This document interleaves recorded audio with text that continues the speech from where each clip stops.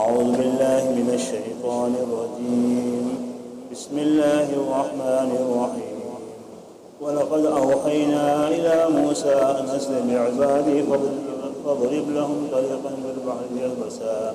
لا تخاف درقا ولا تخشى وأتبعهم فرعون بجنوده وغشيهم من اليم ما غشيهم وأضل فرعون قومه وما هدى.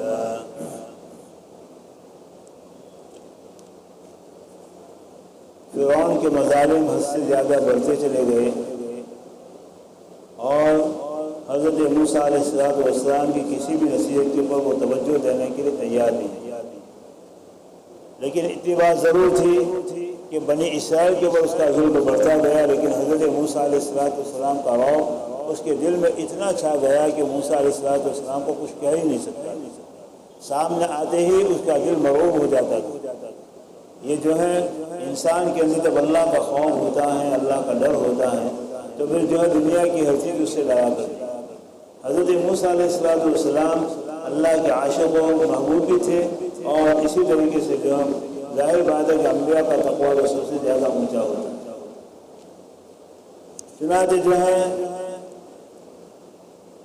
حالات ایسے پیدا ہو گئے کہ اب بنی اسرائیل کے لیے کوئی جو ہے راستہ ہی نہیں تھا کہ وہ مصر کے اندر رہیں.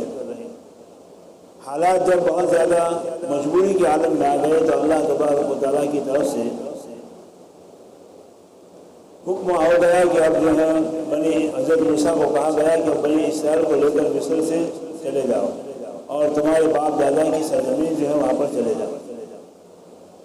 اس لیے کہ حضرت ابراہیم علیہ السلام اور آپ کے بعد جتنے بھی نبی آئے بنی اسرائیل کے اندر، ان تمام کا مسکن اور رہنے کی جگہ فلسطین تھی، اور زیادہ تر انبیاء علیہ السلام اسی علاقے میں آئے. اس لیے ان کے باپ دادا سے مراد، بنی اسرائیل کے باپ دادا سے مراد حضرت اسحاق ہیں، حضرت اسماعیل ہیں وغیرہ. چنانچہ جو ہے حضرت موسیٰ علیہ السلام نے بنی اسرائیل کو حکم دیا کہ ہمیں جو ہے مصر کو چھوڑ کر یہاں سے جانا ہے. اب جو ہے آئے دن فرعون اور فرعونیوں کے اوپر اللہ کی پکڑ ہوتی چلی جا رہی تھی اور بہت سے عذاب میں مبتلا ہو گئے. لہذا فرعون نے کیا سمجھا کہ موسیٰ اور بنی اسرائیل کی نحوست سے یہ سب کچھ ہو رہا ہے، حالانکہ ان کی گناہوں کی نحوست سے ہو رہا ہے. لہذا فرعون بھی یہ چاہتا تھا کہ جو ہے موسیٰ اور بنی اسرائیل یہاں سے چلے جائیں. چنانچہ جو ہے اللہ کی طرف سے بھی حکم آ گیا، وَأَوْحَيْنَا إِلَىٰ مُوسَىٰ أَنْ أَسْرِ بِعِبَادِي وَاضْرِبْ لَهُمْ طَرِيقًا فِي الْبَحْرِ يَبَسًا لَا تَخَافُ دَرَقًا وَلَا تَخْشَىٰ. اے موسیٰ، آپ جو ہے بنی اسرائیل کو راتوں رات لے کر نکل جاؤ، اور جو ہے فرعون تمہارا پیچھا تو ضرور کرے گا لیکن وہ تمہیں پکڑ نہیں سکے گا. یہ اللہ کی طرف سے اطمینان دلایا گیا. اب جو ہے مصر سے فلسطین تک جانے کے لیے دو راستے تھے. ایک تو خشکی کا راستہ تھا، زمین کا راستہ تھا، اور ایک راستہ جو ہے بحر احمر یعنی بحر اردن جو تھا اس کا راستہ تھا، دریا کا راستہ تھا. اور خوبی کی بات یہ ہے کہ خشکی کا راستہ، زمین کا راستہ وہ شور تھا، مختصر تھا، اور جو ہے دریا کا راستہ لمبا راستہ تھا. لیکن جو ہے اللہ تبارک و تعالیٰ کی مصلحت کا تقاضا یہ ہوا کہ زمین کا راستہ چھوڑ کر دریا کے راستے سے جاؤ، اس لیے کہ اللہ تبارک و تعالیٰ کو اپنے قدرت کا مظاہرہ بھی کرنا تھا تاکہ بنی اسرائیل کو اطمینان بھی ہو جائے. چنانچہ جو ہے حضرت موسیٰ علیہ السلام اللہ کے حکم سے بنی اسرائیل کو مصر سے لے کر نکلنے پر تیار ہو گئے. اور کچھ ظاہری حالات میں بہت سے مورخین نے یہ بھی لکھا ہے کہ فرعون نے بھی اجازت دی تم یہاں سے چلے جاؤ. اب جب حضرت موسیٰ علیہ السلام جو ہے بنی اسرائیل کو لے کر نکلنے کی تیاری کر رہے ہیں، اسی دوران میں کوئی سالانہ جشن اور اسی طریقے سے جو ان کی خوشی کا دن تھا بنی اسرائیل کا. چنانچہ جو ہے بنی اسرائیل کی عورتوں، جیسے کہ عورتوں کی عام طور پر عادت ہوتی ہے کہ کہیں شادی میں جانا ہوتا ہے، کہیں سفر میں جانا ہوتا ہے تو اپنا زیور نہیں ہوتا تو مانگ کر بھی لے کر جاتے ہیں. کپڑے اپنے اچھے نہیں ہوتے دوسرے کے مانگ کر پہن لیتے ہیں. یہ ایک عورت کا فطری تقاضا ہوتا ہے. چنانچہ چونکہ بنی اسرائیل کی عورتیں فرعون کے گھروں میں کام کرتی تھی اور ان کی کھیتوں میں مرد کام کرتے تھے، اس لیے اس اعتبار سے ان کے تعلقات تو تھے، چاہے جو ہے فرعونی لوگ بنی اسرائیل کو حقیر اور ذلیل سمجھ کر انتہائی ذلت کے ساتھ ان سے کام لیتے تھے، لیکن بہرحال ان کے گھروں میں کام تو کرتے تھے۔ بنی اسرائیل کی عورتوں نے جو ہے فرعونی عورتوں سے زیور لیے پہننے کے لیے کہ ہمیں جانا ہے، اور اسی طریقے سے ہمیں اپنی سالانہ خوشی بھی بنائے اور ان سے کپڑے بھی لیے پہننے کے لیے، یہ دونوں چیزیں انہوں نے لی۔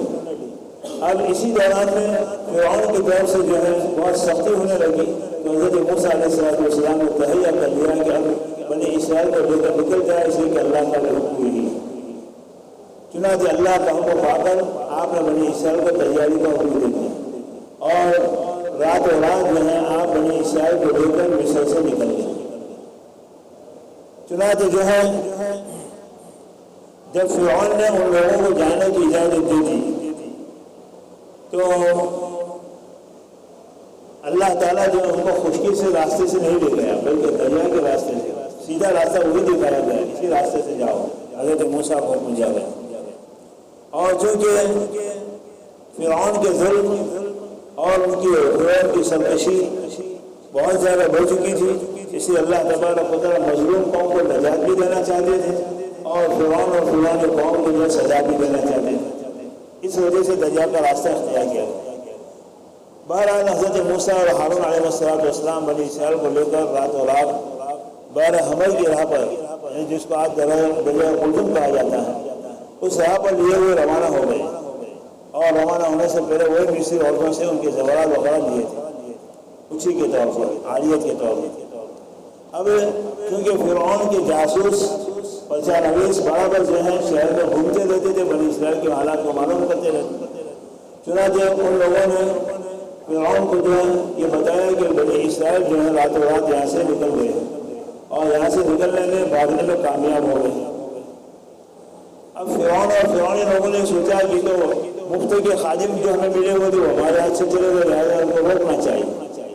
چنانچہ فرعون نے جو ہے اپنا پورا لاؤ لشکر تیار کیا، پورا لشکر خزانوں کے ساتھ نکلا، خزانے بھی ساتھ میں تھے، مال و دولت بھی ساتھ میں تھی، اور اسی طریقے سے لشکر بھی پورا کا پورا ساتھ تھا، اور فرعون جتنے بھی تھے وہ سب فرعون کے ساتھ ہوئے۔ دیکھو اللہ تعالیٰ جو ہے جب کسی کو اقتدار پر لانا چاہتے ہیں تو حالات کیسے پیدا کرتے ہیں، ظاہر میں کوئی امید بھی نہیں ہوتی ہے کہ بھئی اقتدار پر آ جائے گا، لیکن اللہ تعالیٰ حالات پیدا کر دیتے ہیں، اور جس کو ذلیل کرنا چاہتے ہیں، جس کو سزا دینا چاہتے ہیں، تو خیال میں بھی نہیں آ سکتا، ایسے حالات اس کے لیے تیار کر دیتے ہیں۔ چنانچہ جو ہے فرعون جو اپنے پورے لاؤ لشکر کے ساتھ اور پورے اپنے خزانوں کے ساتھ اور اپنی پبلک کے ساتھ جو ہے مصر سے صبح سویرے کے وقت جو ہے اس نے اپنے فوج کو لیا اور بنی اسرائیل کا پیچھا کیا۔ اب چونکہ فرعونیوں کے پاس گھوڑے بھی تھے، اونٹ بھی تھے، سواری کی ساری چیزیں تھیں، اور بنی اسرائیل پوری کی پوری پیدل تھی، ان کے پاس ایسا پہنچا ہی نہیں۔ اور بنی اسرائیل کی تعداد اس وقت جو ہے مفسرین نے بھی لکھا ہے کہ بچوں اور عورتوں کو چھوڑ کر مردوں کی تعداد 6 لاکھ تھی، بچوں اور عورتوں تو علاوہ اتنی بڑی تعداد میں اتنا بڑا جو لشکر چلے تو ظاہر بات ہے چلنے میں بھی تکلیف ہوئی۔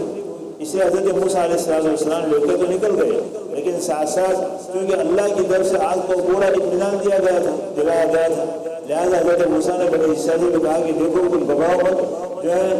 فرعون پیچھا تو کرے گا لیکن تو پکڑ نہیں سکے گا، اس لیے کہ اللہ تبارک و تعالیٰ نے مجھے یہی بتایا ہے۔ چنانچہ جو ہے حضرت موسیٰ علیہ السلام چلے۔ اب درمیان میں ایک بات یاد رکھ لیجیے، جو اگلے آگے آنے والے واقعات کے اندر وہ کئی وہاں پر ملے گی، وہاں پر آپ کو بات کرنے سمجھ میں آ جائے گی۔ بنی اسرائیل کے اندر 2 موسیٰ تھے، ایک تو حضرت موسیٰ اللہ کے نبی تھے اور دوسرا موسیٰ سامری تھا، وہ بھی بنی اسرائیل میں سے تھا لیکن وہ اندر سے مسلمان نہیں ہوا تھا، ظاہر میں اپنا اسلام ظاہر کرتا تھا، اسی وجہ سے بہت سے نے لکھا ہے کہ وہ منافق تھا، لیکن جو ہے اس کے اندر کچھ سمجھ بوجھ تھی اور اللہ کی طرف سے ایک انتظام میں ہونے والا تھا۔ تو بہرحال جو ہے حضرت موسیٰ علیہ السلام بحر اردن کے اوپر پہنچے، اور جو ہے وہاں پر پہنچے تو ابھی سامنے دریا ہے اور پیچھے مڑ کر دیکھا بنی اسرائیل کہ فرعون کا لشکر دوڑے چلا رہا، فاتبعوہ مشرقین، صبح سویرے جو ہے پیچھا کر لیا فرعون نے اور قریب تھا کہ ان کو پا بھی لے، لیکن اللہ کا حکم اور اللہ کا جو اللہ کی طرف سے موسیٰ علیہ السلام کو تسلی دی گئی تھی کہ وہ ان کو پکڑ نہیں سکے۔ چنانچہ فرعون اپنے لشکر کے ساتھ دوڑ آ رہا۔ اب بنی اسرائیل نے چونکہ پوری زندگی فرعون کی غلامی کے اندر جو اپنی زندگی گزاری تھی اور فرعون سے بہت ہی مغرور اور ڈرے ہوئے تھے، جیسے کہ آج مسلمان یہاں پر بہت ڈر محسوس کر رہے ہیں، تو ایسے ہی جو ہے اس سے کئی زیادہ جو ہے وہاں پر فرعون جو بنی اسرائیل کے دلوں میں فرعونیوں کا ڈر بٹھا ہوا تھا اور غلامی کی زندگی بسر کی ہوئی تھی، اس لیے ہمت، اور جو لوگ غلامی کی زندگی گزرتے ہیں ان کی ہمتیں نہیں ہوتی، وہ بزر بن جاتے۔ چنانچہ جو ہے بنی اسرائیل نے پیچھے مڑ کر دیکھا تو فرعون اپنے لاؤ لشکر کے ساتھ دوڑا چلا رہا۔ اب یہاں پر جو بنی اسرائیل نے موسیٰ سے کہا کہ موسیٰ تم نے تو ہم کو پھنسا دیا، اِنَّا لَمُدْرَكُونَ، جو ہم کو تو فرعون کا پا لیا، تم کو ہم کو پھنسا دیا کہ ہر ایک طرف سامنے دریا ہے کہ وہاں بھی نہیں جا سکتے ہیں اور پیچھے فرعون کا لشکر، ہم جاوے کہاں؟ گویا بچاؤ کا کوئی راستہ نہیں تھا، بچاؤ کی کوئی شکل نہیں تھی، لیکن جب اللہ تعالیٰ بچانا چاہے تو اس طریقے سے بچا لیتے ہیں کہ جس کا تصور بھی انسان نہیں کر سکتا۔ نبی کریم صلی اللہ علیہ وسلم ہجرت میں نکلے تو آپ کے پورے گھر کو قریش کے جوانوں نے گھیرے ہوئے تھا کہ آپ نکلیں اور آپ کو نعوذ باللہ شہید کر دیں۔ بچاؤ کی کوئی صورت نہیں تھی، لیکن اللہ نے کیا صورت نکالی کہ نبی کریم صلی اللہ علیہ وسلم اپنے گھر سے اللہ پر بھروسہ کرتے ہوئے نکلے۔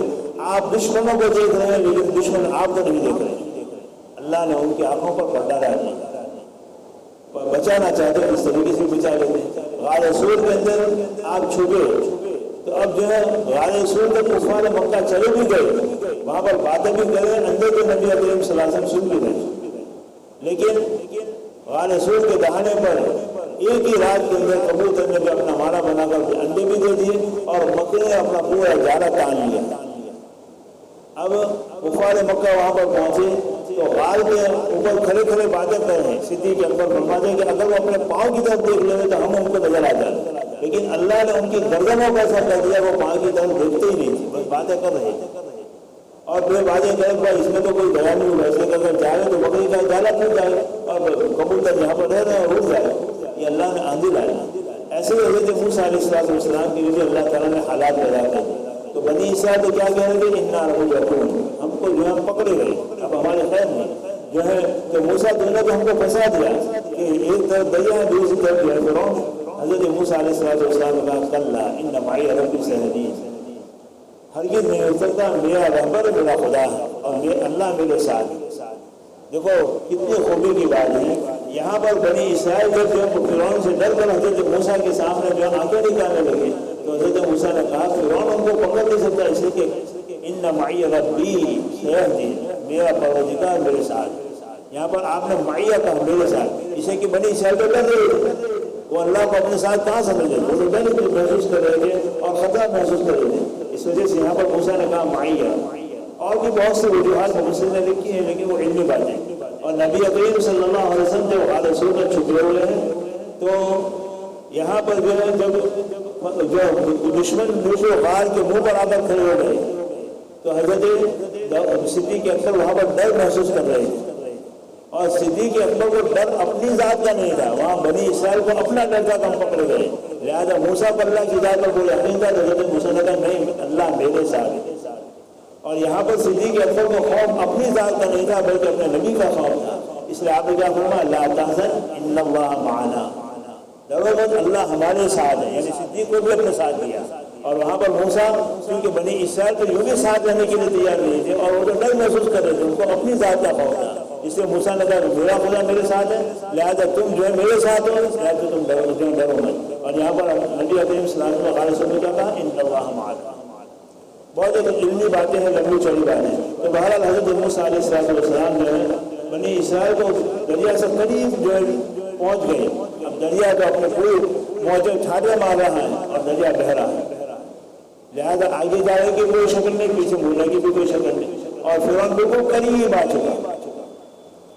تو حضرت موسیٰ علیہ السلام کو اللہ نے کہا فضرب بعصاک الحجر، اپنے پتھر جو پتھر جو دریا کے اوپر فضرب بعصاک البحر، اپنے عصا کو اپنے لکڑی کو دریا پر مارو، دیکھو عقل وہاں پر کیا کہتی ہے؟ عقل تو یہ کہتی ہے کہ تم ایک بچاؤ کہ تمہارے پاس لکڑی ہے، لہٰذا اگر پانی پر مارو گے ہو سکتا ہے ٹوٹ بھی جائے،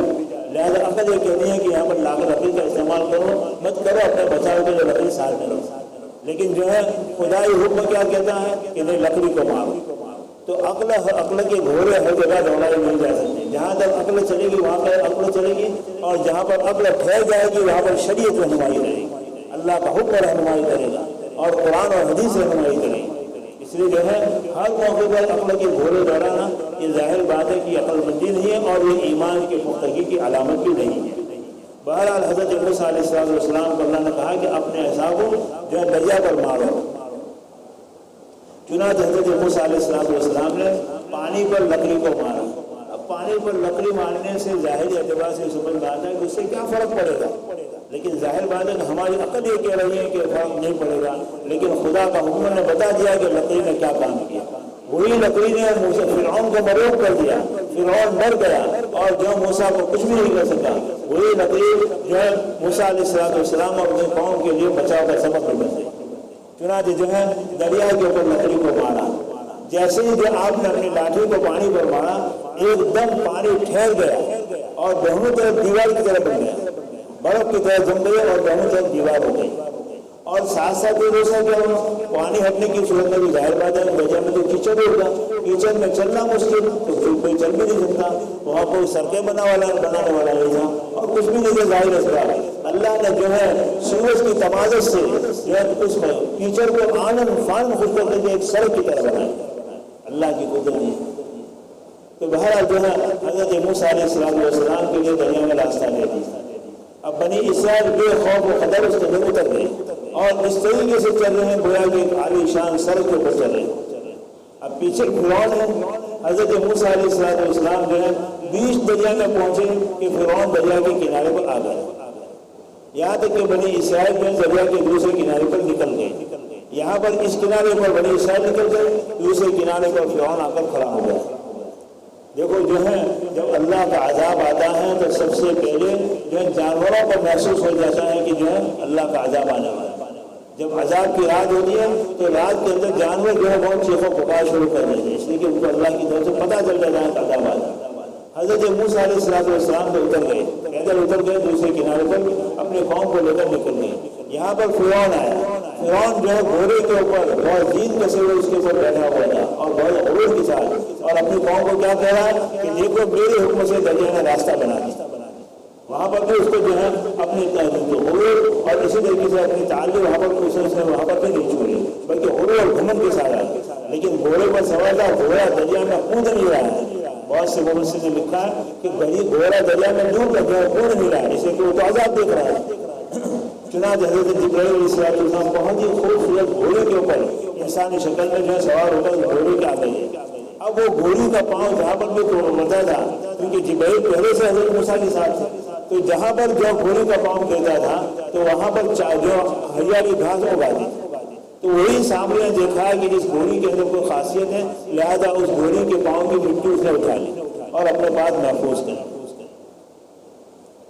چنانچہ حضرت موسیٰ علیہ السلام دریا پار ہو گئے اور یہاں پر فرعون کنارے پر آ کر کھڑا ہو گیا۔ جبرائیل نے اپنی گھوڑے کو جو پانی اندر کھودا ہے تو اسے پیچھے گھوڑا بھی کھودا، اور جب بیچ دریا میں پہنچا تو موسیٰ علیہ السلام دریا کے دوسرے کنارے نکل چکے تھے اور ایک دم پانی مل گیا، اور پانی کی بوٹی پورا لشکر سیکنڈوں کے اندر، منٹوں میں نہیں بلکہ سیکنڈوں میں ڈوب کر جو ختم ہو گیا۔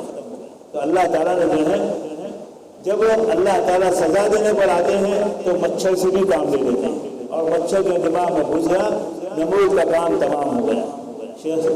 سعید الطاہر رحمۃ اللہ علیہ نے اس کو بڑے اچھے عنوان کے طور پر نامہ میں لکھا ہے جو فارسی میں ہے۔